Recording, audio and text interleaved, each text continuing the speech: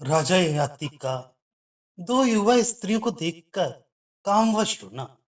सुकर्मा पिप्पल से बोले कि काम के गाने के नाच से व ललित हास्य से फिर राजा ययाति ऐसे मोहित हुए कि नटों के समान हो गए। पेशाब करके आए, वह बिना पैर धोए वैसे ही आसन पर बैठ गए, जैसे कि नट लोग बैठ जाते हैं।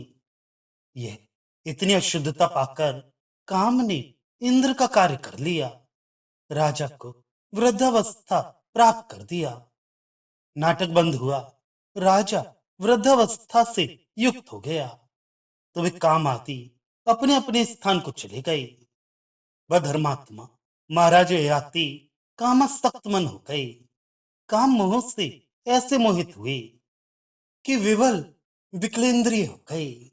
ऐसे धर्मात्मा राजा पर विषयों से अवाहित अति मुग्ध हो गए। एक समय मोहराग के वश में प्राप्त राजा मृग्या खेलने के लिए क्रीड़ा करते करते वन को गए। वह महात्मा राजा के क्रीड़ा करने के समय उपमा रहित एक चार सींगों का मृग आया। वह सब अंगों से सुंदर बना था, वह रोम सब उसके स्वर्ण के थे, वह रत्नों की सी उसकी ज्योत थी।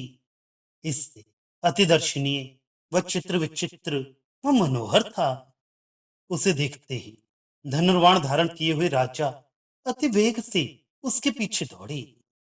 उन मेधावी ने ये माना कि कोई दैत्य आया है।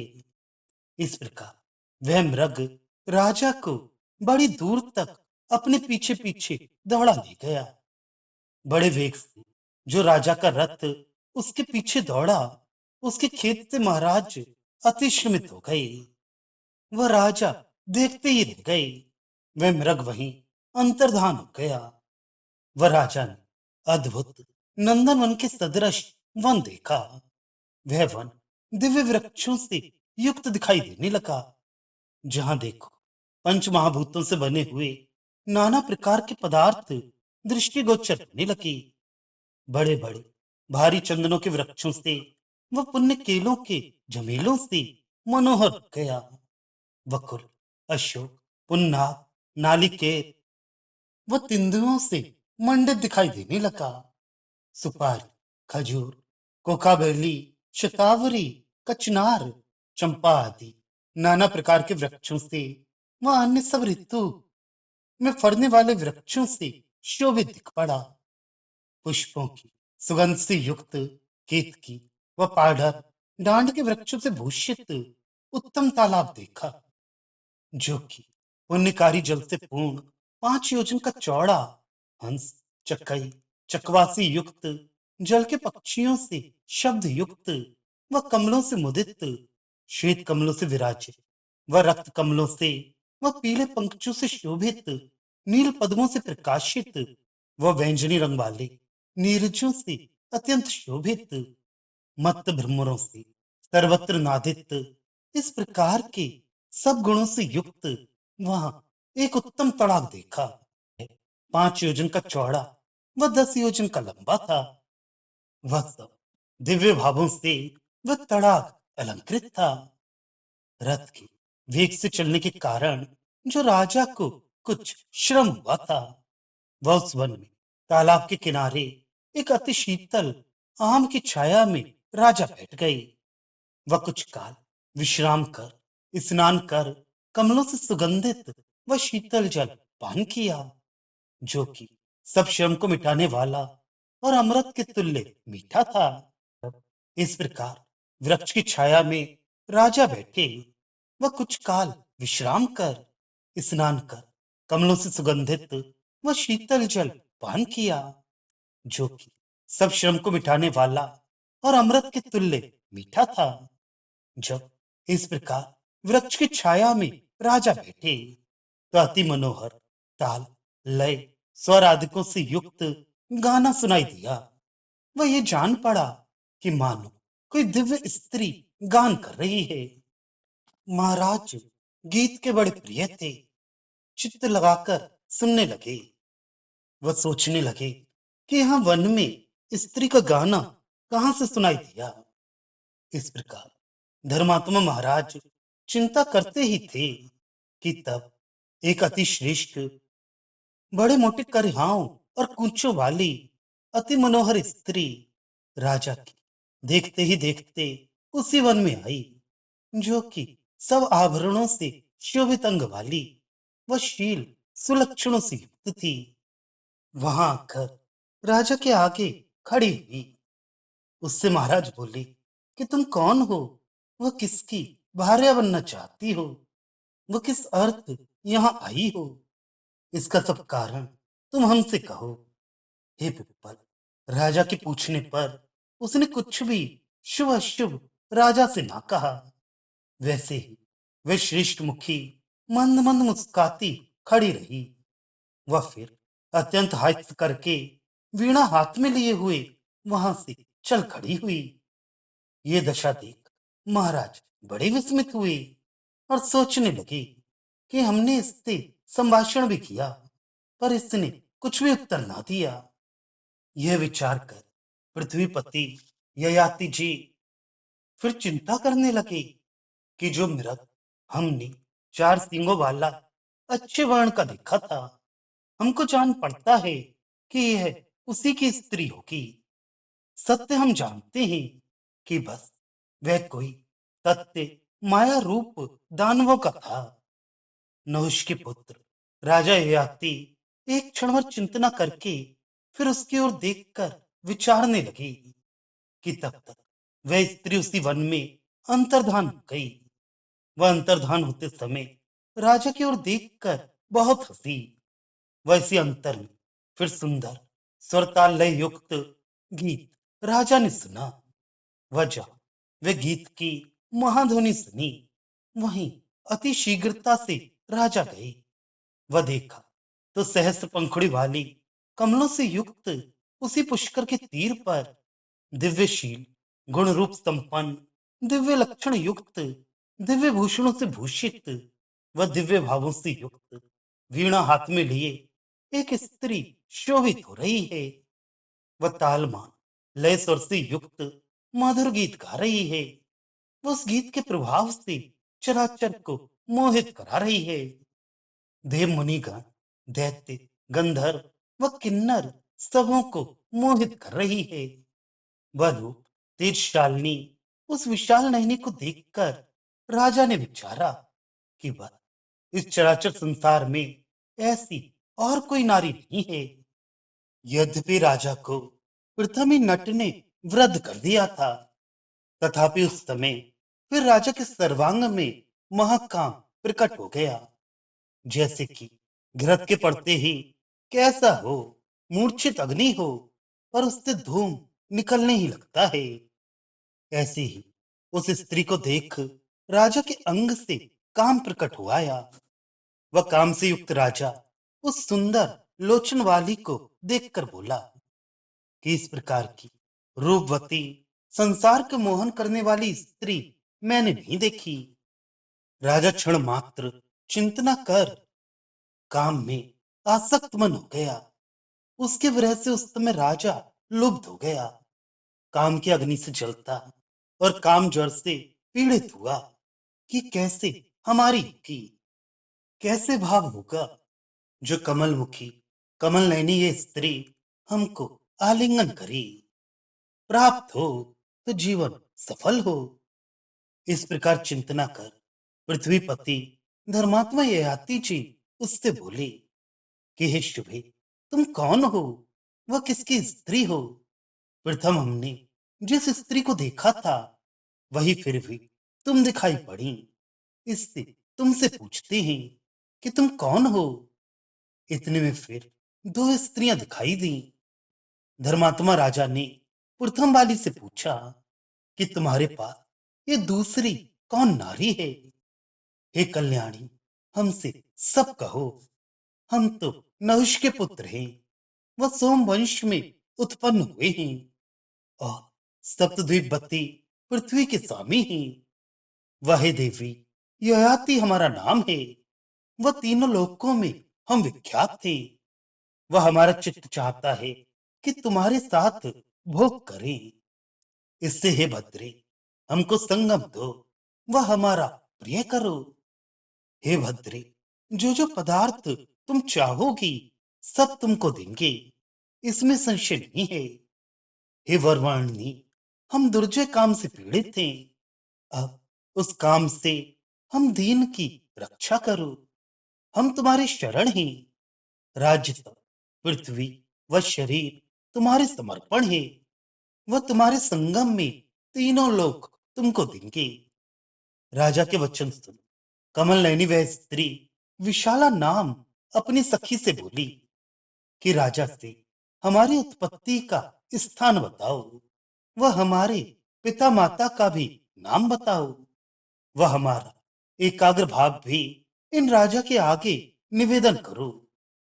उस स्त्री का वांछित जानकर विशाला मधुर वचनों से राजा से बोली कि हे नृपनंदन, सुनो, काम को पूर्व काल में देवदेव महादेव जी ने भस्म कर डाला था। तब उसकी स्त्री रति पतिहीन हो जाने के कारण बहुत रोई। वह रति सदा इसी सरोवर में रहती थी। उसका बड़े ऊंचे स्वर से करुणा पूर्वक रोदन सुनकर बड़ी कृपा से युक्त हुए देवता हे राज राजेंद्र शंकर जी से ये वचन बोले कि हे महादेव जी, काम को फिर जीवित कर दो, क्योंकि ये विचारी रति पतिहीन होने से कैसे जिएगी। सो हमारे स्नेह से इसे काम से संयुक्त करो। महादेव जी ने कहा कि हे महाभागो, अच्छा, कंदर्प को हम फिर जिला देंगे। अब आज से ये शरीर से तो हीन होगा और सबके अंगों में रहेगा। अनंग इसका एक और नाम होगा, वह है वसंत ऋतु का मित्र होगा, इसमें संदेह नहीं है। वह अति दिव्य शरीर धारण करेगा, अन्यथा ना होगा। इस प्रकार महादेव जी के प्रसाद से काम फिर जी उठा। ऐसा आशीर्वाद देकर महादेव जी काम से बोले कि हे काम, यहां से जाओ, वह अपनी प्रिया रति से मिलो। तब स्थिति वह संहार करने वाला महातेजस्वी काम महादेव पार्वती जी की आज्ञा लेकर फिर इस ताल पर आया, क्योंकि यह उसकी स्त्री दुख युक्त रति थी। सुहे राजन, ये कामसर है, वह रति यहाँ अब भी रहती है। महाभाग मनमत तो जानो भस्मी हो गया था, तब से रति यही विद्यमान है, वह सदा दुखनी रहती है। रति के कोप से दारुण उत्पन्न हुआ है, इससे उसकी जलाई हुई रति अति मूर्छित रहती है। हे नरोत्तम, पतिहीन होने से सदा अश्रुपात किया करती है। उसके दोनों नेत्रों से जो आंसुओं के बूंद गिरते हैं, उनसे सब सुखनाशक महाशोक उत्पन्न होता है। वह उन्हीं आंसुओं से जरा भी उत्पन्न होती है। वह उन्हीं से दुर्बुद्धि वियोग भी होता है, जो कि प्राणों का नाश करता है। वह दुख और संताप भी उन्हीं आंसुओं से उत्पन्न हुए हैं। वह सुखनाशिनी दारुण मूर्छा भी उन्हीं से उत्पन्न हुई है। वह शोक से कामज्वर उत्पन्न हुआ है। वह विभ्रम भी शोक ही से उत्पन्न हुआ है। वह शोक ही से प्रलाप उत्पन्न हुआ। वह प्रलाप से विवलता और उन्माद, उन्माद से मृत्यु। बस ये सब विश्व के नाशक उसी के आंसुओं के बिंदुओं से ही उत्पन्न हुए हैं। रति के समीप में उत्पन्न हुए इससे सब तापयुक्त अंग वाले मूर्ति धारण किए। वह सद्भाव गुणों में संयुक्त हुए। वह काम भी किसी के कहने से यहाँ आया। तब काम को आए हुए देखकर रति मां आनंद से युक्त हुई। वह तब उसके दोनों नेत्रों से जल के भीतर आनंद के आंसुओं के बिंदु गिरे। हे महाराज, उनसे सब चापल्यता से प्रजा उत्पन्न हुई। प्रथम प्रीत हुई, उससे ख्याति व लज्जा ये दो हुई। वह उन्हीं से महानंद व दूसरी शांति उत्पन्न हुई। इसी शांति से सुख व सुख संभोग देने वाली दो कन्या उत्पन्न हुई। वह लीला, क्रीड़ा, मनोभाव व संयोग भी उत्पन्न हुए। वह महाराज रति के वाम नेत्र से जो आनंद के आंसुओं के बिंदु गिरे थे, हे राजन, जहां जल में पड़े थे वहीं से एक सुंदर कमल जन्मा। वह उसी कमल से सुंदर मुखी ये स्त्री उत्पन्न हुई है। इसका अश्रु बिंदुमती तो नाम है और रति की कन्या है। वह इसकी प्रीति से सुख कर हम इसके समीप सदा रहती हैं। सखी के भाव से सदैव प्रसन्न रहती हैं। वह विशाला हमारा नाम है। वह हम वरुण की कन्या हैं। सो स्नेह से इसके पास सदा रहती हैं। वह स्नेह ही का बर्ताव इसके संग बरतती हैं। हे राजन, ये सब इसका वह अपना वृतांत हमने तुमसे कहा। ये सुमुखी यहाँ पति पाने की इच्छा से तप करती है। इतना सुन राजा ययाति बोले कि हे शुभे, तुमने सब कहा, हमने सब जाना। अब जो हम कहते हैं उसे सुनो। ये सुमुखी रति की पुत्री हम ही को भजे। ये बाला जो कुछ चाहती हो हम इसे सब कुछ देंगे। हे कल्याणी, अब ऐसा करो जिसमें ये हमारे वश में हो जाए। ये सुनकर विशाला बोली कि हे भोपाल, इसका नियम हम कहती हैं, उसे सुनो। युवावस्था से युक्त, सब कुछ जानने वाला, वीर लक्षण, देवराज के समान, धर्माचार समेत, तेजस्वी, महाप्राज्ञ, दाता, यज्ञ करने वालों में श्रेष्ठ, गुणों के धर्म भाव का जानने वाला, पुण्य का पात्र, लोक में इंद्र के समान सुंदर, यज्ञों से धर्म में तत्पर, सब ऐश्वर्य से युक्त, जैसे नारायण भगवान होते हैं ऐसे ही वह भी हो। देवताओं का प्रिय व ब्राह्मणों का अति प्रिय करने वाला, ब्राह्मण वेद तत्व जानने वाला, तीनों लोकों में विख्यात, विक्रम, इन सब गुणों से युक्त, वह तीनों लोकों से पूजित, सुमति वाला, सुंदर प्रीत करने वाला, ऐसा पुरुष जो होगा वही इसका पति होगा, अन्यथा ना होगा। यह सुन राजा याति बोले कि इन सब गुणों से युक्त आए हुए हमको जानो। इसी के अनुरूप भरता हमको ब्रह्मा के बनाए हुए जानो। इसमें कुछ भी संदेह नहीं है। विशाला बोली कि हे राजन, आपको पुण्य से बड़े हुए हम तीनों लोकों में जानती हैं। वह जो जो गुण हमने कहे वास्तव में सब आप में हैं, परंतु एक ही दोष से ये तुमको अपना पति बनाने को नहीं मानती। बस वही हमको भी संदेह है कि आप विष्णुमय हैं। ये आती जी बोली कि जिस महादोष से ये हमको अपना पति बनाने को नहीं चाहती उसे हमसे कहो। वह जिससे ये हमारे ऊपर प्रसाद से सुमुखी हो, हम वही करें। विशाला बोली कि हे पृथ्वीनाथ, तुम अपना दोष कैसे नहीं जानते। वृद्धावस्था से तुम्हारा शरीर व्याप्त है। बस इसी से ये तुमको अपना पति बनाने को नहीं मानती। ऐसा अप्रिय उसका वचन सुन राजा बड़े दुख से युक्त होकर उस विशाला से फिर बोला कि हे भद्रे, जरा दोष हमारे शरीर में किसके संसर्ग से हुआ है यह हम नहीं जानते कि जरा का आगमन कैसे हुआ। जो सब दुर्लभ पदार्थ तीनों लोकों के ये चाहती हो वे सब हम इसको देना चाहते हैं। उत्तम वर मांगो। विशाला बोली कि जब तुम वृद्धता से हीन होगे तो तुम्हारी ये प्रिया हो। हे राजन, ये निश्चय तुमसे हम सत्य सत्य कहती हैं।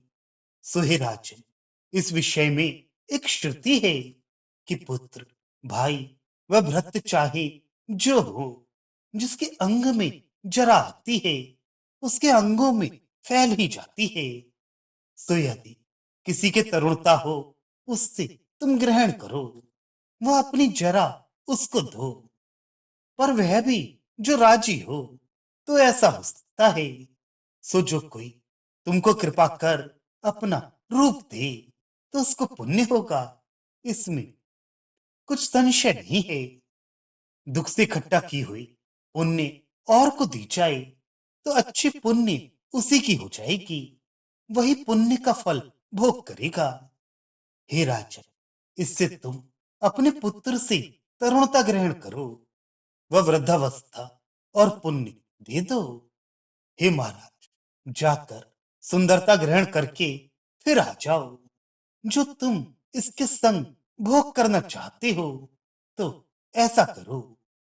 ऐसा राजा से कहकर विशाला विश्राम कर रही। सुकर्मा बोले। विशाला का ऐसा वचन सुनकर राजा उससे बोले कि हे महाभागे, ऐसा ही हो, हम तुम्हारा वचन करेंगे।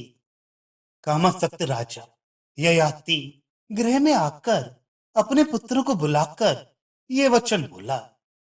पुरु, यदु, तुर्वसु अपने प्यारे सबसे बोले कि हे पुत्रों, हमारी आज्ञा से ये करो कि जिसमें हमको सुख हो। सब पुत्र बोले, शुभ या अशुभ, चाहे जैसा हो, पर पिता का वाक्य पुत्रों को करना चाहिए, इससे आप शीघ्र ही कहिए, वह किया हुआ ही समझिए, इसमें कुछ संदेह नहीं है।